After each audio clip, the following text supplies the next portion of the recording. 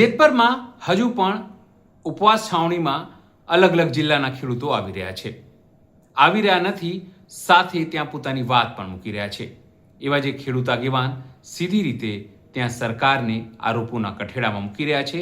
Bharatiya Janata party ગુજરાતમાં 30 વર્ષથી છે, છતાં ખેડૂતો માટે સીધી રીતે કે પછી આડકતરી રીતે કોઈ લાભ મળે તેવા કોઈ પ્રયત્નો થયા નથી.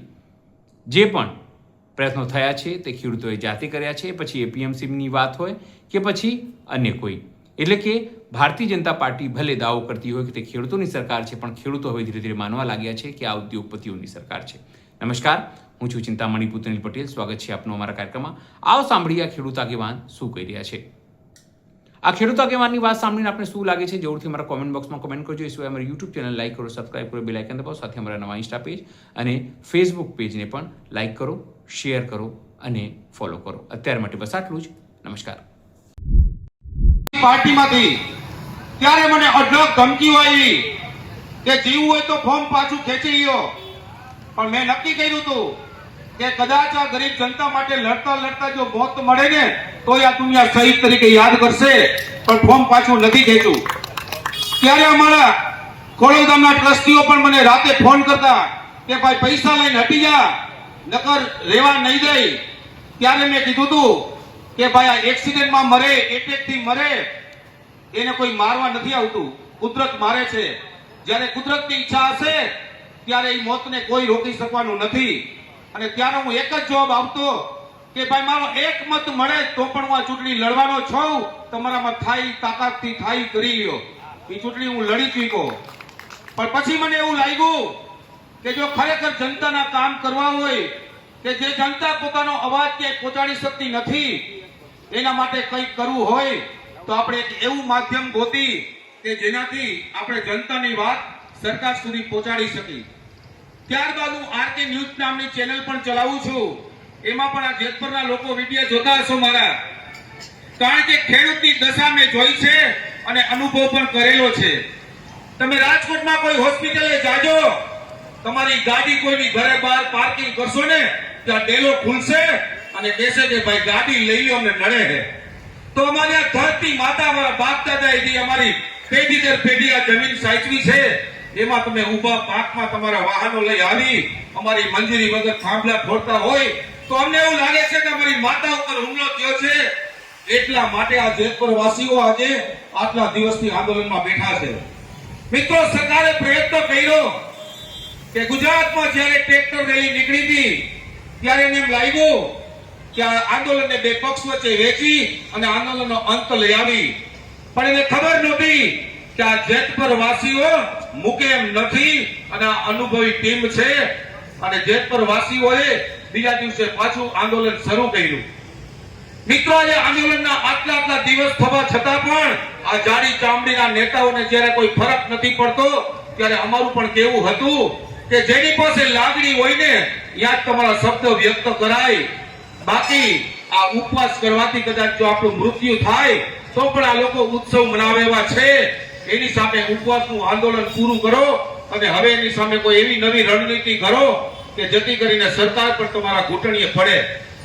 મિત્રો, ઘણા લોકોને એવું થતું હોય કે જમીનમાં થાંભલો ખોડીને વળતર આવે છે, તો મારે એને કહેવું છે કે આ ગુજરાતમાં કોઈ જમીન લેવા નીકળતું હોય એ ક્યારે થાંભલાવાળી પસંદ કરશે? તમારે 5 વીઘા જમીન લેવી છે, કોઈ પણ જગ્યાએ જોવા જાશો એટલે પહેલા તમે શરત કરશો કે જમીનનું લોકેશન બતાવો, રોડ ઉપર છે કે નહીં, રોડ ઉપર છે તો કઈ સુવિધા છે. પણ જેવું એમ કહે કે થાંભલો છે તી ભેગો લેવાવાળો વ્યક્તિ ત્યાંથી દૂર થઈ જાય છે. તો મિત્રો, વિચાર કરો કે આપણા બાપ દાદાએ 53 વર્ષના દુકાળમાં પેટે પાટા બાંધીને જે જમીન સાચવી છે અને આપણે જેની માવજત કરી છે, અને આપણી માતા ઉપર જ્યારે કોઈ એના મશીનરી લઈ અને આડેધડ કામ કરવા માંડે ત્યારે આ ખેડૂતની શું વેદના થતી હશે એ તો અનુભવે એ જ એની પીડાની ખબર હોય. બાકી વાતો કરવી સહેલી છે. ગુજરાતમાં પણ શરૂઆતમાં જ્યારે આવી લાઈનો નખાણી ત્યારે મારા ભાદરાનું એક ઉદાહરણ આપું કે આટલી વર્ષો પહેલા ત્યારે હેવી લાઈન નીકળી હતી ત્યારે એક અમારા કાકા સીધા ને સાદા એને માત્ર 3 લાખનું જ વળતર મળ્યું અને બીજા અન્ય લોકો લડત આપી એને 25 લાખ સુધી એક થાંભલાના મળ્યા. તો એનો મિનિંગ એવો થાય છે કે આ ગુજરાતની સરકાર અને આ ગુજરાતની કંપનીઓ પણ વિચારે છે કે જો ખેડૂત નબળો હોય તો એને પાડી દો, એને લૂંટી લ્યો, એને પાયમાલ કરી નાખો.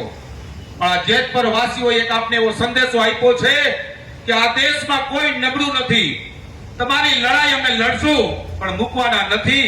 એવો સંદેશો આ મોરબી જિલ્લાના જેતપર ગામથી આખા દેશમાં ગયો છે.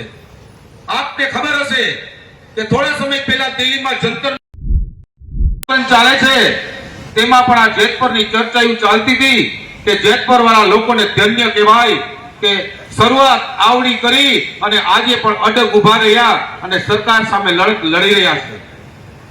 સૌને મારો નમ્ર એક અપીલ છે કે તમારા માટે કોઈ સમાજમાં લડવા નીકળે તો સાથ અને સહકાર આપજો, કારણ કે નહીતર જો આમનામ ચાલશે તો એક સમય એવો આવશે કે કોઈ તમારા માટે લડવા પણ તૈયાર નહીં થાય. હજી પણ સમય છે, જાગી જાઓ. કારણ કે ઘણીવાર આપણે વિચાર આવતો હોય કે આપણા ખેતરમાં ક્યાં થાંભલો આવે છે, પણ યાદ રાખજો સમય એક ખરખો હોતો નથી. 30 કંપનીઓ લાઈનમાં છે, કદાચ તમારા ખેતરમાં પણ થાંભલો હશે એની ગેરંટી છે. તો હજી પણ જાગવાનો સમય છે. આજે તમે અદાણીના એરપોર્ટ પર જાઓ, તમારું 4 વ્હીલ માત્ર 10 મિનિટ રાખો તો પણ 100-150 રૂપિયા ફી લે છે. તો એની જમીન જો કિંમતી હોય તો અમારા બાપ દાદાએ સાચવેલી અને પરસેવાના જતનથી ઉભે કરેલી આ મિલકત ઉપર કોઈ પગ મૂકે આ ખેડૂત સહન ન કરી શકે. હવે લાંબી તો ચર્ચા બહુ નહીં કરું, કારણ કે અમારા ધ્રોલવાસીઓ ઘણા લોકો એવા છે, એમાં પણ એવા ઘણા વક્તાઓ છે અને સંઘર્ષશીલ જિંદગીથી આગળ વધી રહ્યા છે અને સામાન્ય જનતા માટે મહેનત કરી રહ્યા છે. એવાને પણ ચાન્સ મળે એટલા માટે હું વધુ કાંઈ નહીં કહેતા અહીંયા મારું વક્તવ્ય અટકાવું છું. પણ યાદ રાખજો, અહીંથી હું આ એક સંદેશ દેવા માંગુ છું કે જેને પણ હજી એમ લાગતું હોય, દૂર ગામડામાં બેઠેલા ખેડૂતને એમ લાગતું હોય કે આમાં આપણે જવાની જરૂર નથી, તો યાદ રાખજો કે આના પછી વારો આપણો પણ આવી શકે છે. આપણે વ્યવહાર કર્યો હશે ને તો કોક આપણી આ વ્યવહારે આવશે. આ એક વ્યવહાર ધ્રોલના યુવાનોએ સાચવો અને આજે સામૂહિક રીતે અહીંયા સપોર્ટમાં આવ્યા છે. તાત્કાલિક ગઈકાલે રાતે મીટિંગ થઈ પાટીદાર પ્રગતિ મંડળની, રાતે જ નિર્ણય લેવાનો કે ભાઈ કાલે આપણે સામૂહિક રીતે જવું છે અને આ ખેડૂતોને સાથ અને સહકાર આપવો છે. પણ આવનારા સમયમાં વર્ષો પછી જ્યારે કોઈ ખેડૂતની સરકાર આવશે ને ત્યારે આ જેતપરનો ઇતિહાસ કંડારાશે કે આ ખેડૂતની ક્રાંતિ માટે જેતપુરે એક રાહ ચીધો હતો અને એ રાહ ઉપર આજે ખેડૂતોનું ભલું થયું છે. તો આજે આ મંચ ઉપરથી આજે ઉપવાસ જ્યારે સાંજે પૂર્ણ કરવાના છે ત્યારે હું આ જેતપર વાસીઓ અને ખાસ કરીને જે લોકો કાયમી ઉપવાસમાં બેસતા એમનો હું ખૂબ આભારી છું કે તમે તમારી લડાઈ તમારા એક પૂરતી નહીં પણ આ ગુજરાતના તમામ ખેડૂત માટે લડો છો. એ બદલ તમને ખૂબ અભિનંદન અને કુદરત તમને એવી શક્તિ આપે કે અન્ય ખેડૂતોનો પણ તમે ભલું કરી શકો. જય હિન્દ, જય ભારત, જય જવાન. એકવાર એવો જોરથી નારો બોલાવો કે ગામમાં કોઈ હોય તો એને આવવાની ઈચ્છા થાય. જય જવાન, જય જવાન, ભારત માતા કી જય.